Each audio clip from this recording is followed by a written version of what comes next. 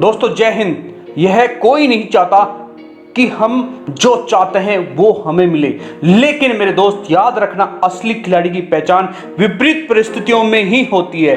यह कहानी है एक ब्रिटिश खिलाड़ी डेरिक एंटिनो रेडमेड की, जो अपने देश का एक बेहतरीन रनर में से एक थे।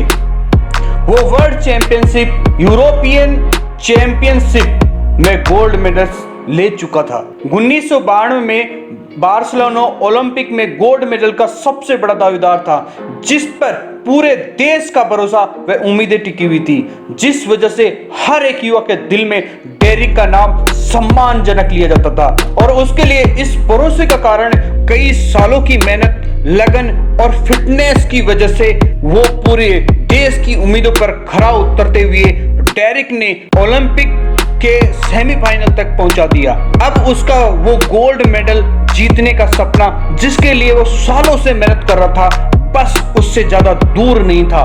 डेरिक ने बहुत ही शानदार तरीके से 400 मीटर की रेस में एक मजबूत शुरुआत की और उसने 250 मीटर तक एक अच्छी बढ़त बना ली, लेकिन फिनिशर लाइन से 150 मीटर पहले अचानक डेरिक को कुछ टूटने की आवाज सुनाई देती है और उसके साथ ही असहनीय दर्द के साथ लड़खड़ाते हुए कुछ ही कदम आगे बढ़ पाया और वहीं बैठ गया। डॉक्टरों और सहायक स्टाफ की टीम दौड़ते हुए डेरिक के पास पहुंची और वो आवाज उसके घुटने के पीछे मांसपेशियों के फटने की आवाज थी। डेरिक को अपना वो ओलंपिक फिसलता हुआ महसूस हो रहा था, लेकिन तभी डेरिक डॉक्टरों और सहायक टीम से अपने आप को छुड़वाते हुए खड़ा हो गया, क्योंकि रेस को फिनिश करने का फैसला या ना करने का फैसला सिर्फ और सिर्फ डेरिक को लेना था।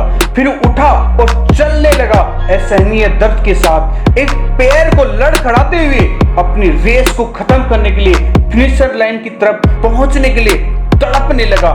तभी अचानक उसके पिता भीड़ में से निकल कर आए और अपने बेटे की तरफ दौड़े और सिक्योरिटी को तोड़ते हुए अपने बेटे को थाम लिया। जैसे ही अपने बेटे को थामा तो डेरिक ने अपने पिता का एहसास मिलते ही डेरिक जोर से रोने लगा। पिता ने अपने बेटे से कहा, तुम्हें ये करने की जरूरत नहीं। डेरिक के पिता को डर था कि कहीं उसका बेटा हमेशा हमेशा के लिए पैर ना खो दे, लेकिन डेरिक ने कहा, मुझे यह करना है। उसके पिता ने कहा, ठीक है तो चलो हम दोनों साथ पूरा करते हैं, और अपने बेटे को एक हाथ से संभाल कर थामते हुए अपने कंधे का सहारा देते हुए और डेरिक असहनीय दर्द और आंसुओं से भरे चेहरे के साथ अपने पिता के कंधों पर झुक गया और दोनों साथ निकल पड़े फिनिश लाइन की ओर। कुछ ही दूर चलने के बाद वहां के अधिकारियों ने उन दोनों को फील्ड से हटाने की कोशिश की, लेकिन डेरिक के पिता ने रक्षात्मक रूप से उन्हें दूर कर दिया और इस तरह डेरिक ने अपने पिता के साथ वो रेस पूरी की। स्टेडियम में बैठा हजारों लोगों ने उन दोनों को खड़े होकर सम्मान दिया तथा अगले 10 मिनट तक तालियों की गड़गड़ाहट के उत्साह के साथ उन्हें विदाई दी। इस रेस में डेरिक ने मेडल तो नहीं जीत पाए, लेकिन लाखों लोगों का दिल जीत लिया।